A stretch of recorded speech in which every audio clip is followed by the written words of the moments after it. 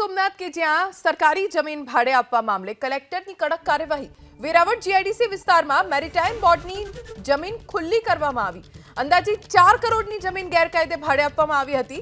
પાલિકાના પૂર્વ પ્રમુખ, મેરીટાઈમ બોર્ડના પૂર્વ ડિરેક્ટર ભાડું વસૂલતા 3200 ચોરસ મીટર જમીનનું 40,000નું ભાડું વસૂલતા હોવાનું ખુલ્યું।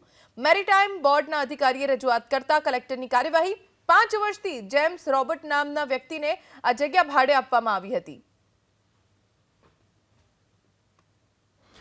ગતરોજ જીઆઈડીસીની વિઝિટ દરમિયાન એક ખુલ્લી જગ્યામાં ફરતું એક કંતાન બાંધી અને ત્યાં માછલી સૂકવવાનો વ્યવસાય કરતા હોવાનું ધ્યાને આવતા થોડું શંકાસ્પદ જણાતા તેની પૂછપરછ કરતા તેને પોતાનું નામ જેમ્સ રોબર્ટ જણાવે અને જગ્યાની માલિકી બાબતે પૂછતા કે આ જગ્યા તેને નાણાં ફેક્ટરીના માલિક કિશોરભાઈ કુવાડા પાસેથી માસિક ₹40,000ના ભાડેથી લીધેલ અને 5 વર્ષથી આ જગ્યા ઉપર તે ધંધો કરવાનો જણાવે।